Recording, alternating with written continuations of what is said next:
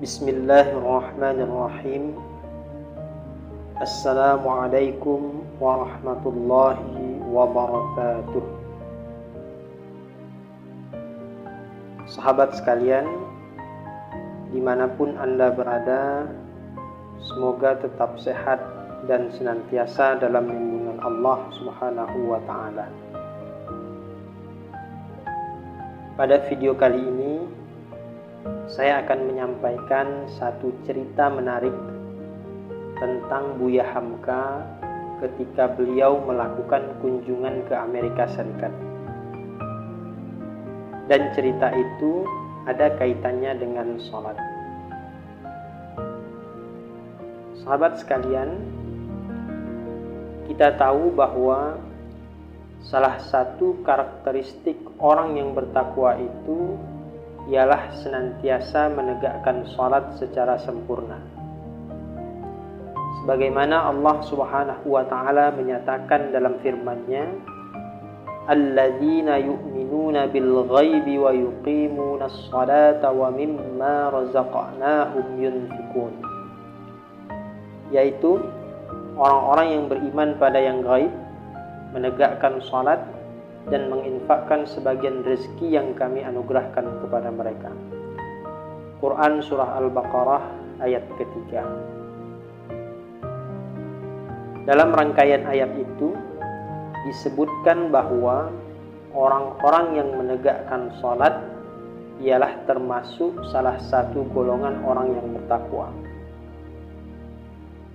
Orang-orang yang salat ini akan terpancar dari dalam diri mereka perilaku takwa. Sebab salat mampu mencegah diri mereka dari melakukan perbuatan yang keji dan mungkar. Sebagaimana Allah Subhanahu wa Ta'ala berfirman, wa aqimis shalah innas salata tanha 'anil fahsya'i wal munkar wa la dzikrullahi akbar wallahu ya'lamu ma tasna'un. Dan tegakkanlah salat. Sesungguhnya salat itu mencegah dari perbuatan keji dan mungkar. Sungguh mengingat Allah, yakni salat itu lebih besar keutamaannya daripada ibadah yang lain. Allah mengetahui apa yang kamu kerjakan. Quran Surah Al-Ankabut ayat 45. Sahabat sekalian, berkaitan dengan Quran Surah Al-Ankabut ayat 45 di atas, disinilah Buya Hamka di dalam tafsir Al-Azhar menceritakan kisahnya ketika berkunjung ke Amerika Serikat. Buya Hamka mengisahkan pada tahun 1952, kala itu usia beliau 44 tahun. Beliau diundang sebagai tamu kehormatan di Amerika Serikat. Lebih kurang 2 bulan lamanya beliau berkeliling di negeri Paman Sam itu tanpa ditemani oleh istri maupun keluarga. Malam itu Buya Hamka beristirahat di sebuah hotel di Denver. Sebelum beristirahat, Buya Hamka melaksanakan salat terlebih dahulu. Beberapa saat setelah selesai beliau melaksanakan sholat itu, terdengar suara orang mengetuk pintu dari luar. Kemudian Buya Hamka membuka pintu itu. Ternyata setelah dibuka ada seorang pelayan hotel. Lalu pelayan hotel itu menawarkan kepada beliau barangkali butuh ditemani seorang perempuan muda. Buya Hamka menuturkan bahwa saat itu dorongan hasrat laki-laki memang sedang berguncang. Hampir 2 bulan beliau sendirian di negeri yang nun jauh di mata itu.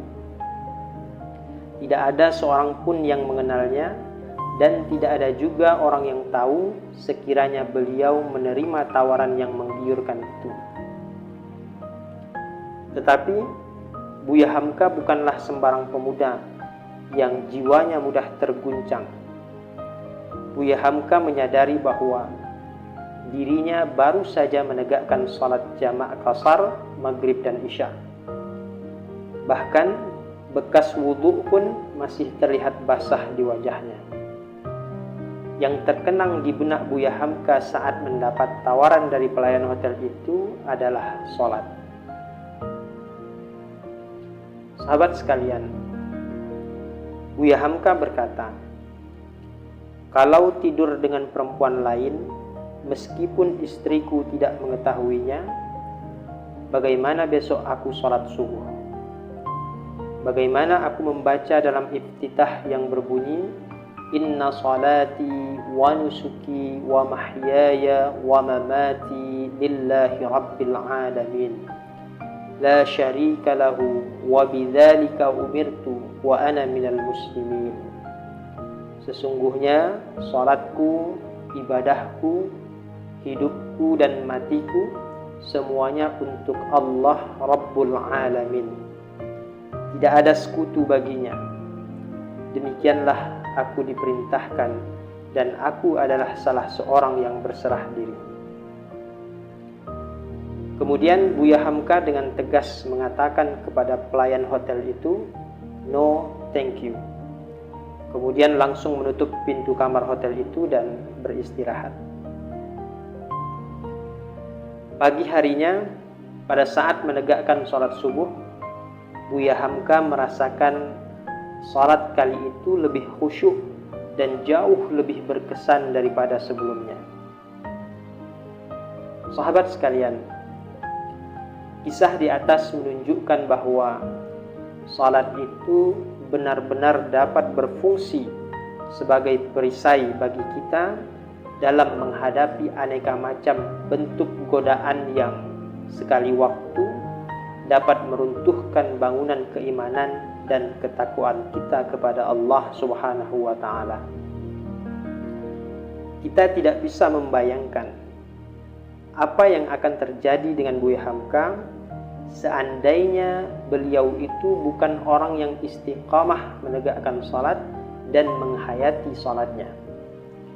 Oleh sebab itu, peliharalah kesempurnaan salat kita, baik ketika di dalam salat maupun saat di luar salat. Jangan sampai kesibukan duniawi kita atau godaan nafsu lainnya melalaikan kita dari salat. Sahabat sekalian, semoga kita dan anak keturunan kita termasuk ke dalam orang-orang yang tetap mendirikan salat dengan sempurna.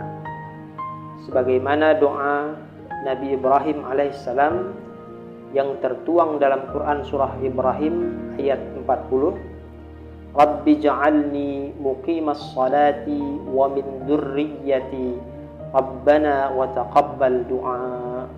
Ya Tuhanku, jadikanlah aku dan anak cucuku orang-orang yang tetap mendirikan salat. Ya Tuhan kami, perkenankanlah doaku. Amin ya rabbal alamin. Semoga bermanfaat. Billahi fisabilil haq fastabiqul khairat. Wassalamualaikum warahmatullahi wabarakatuh.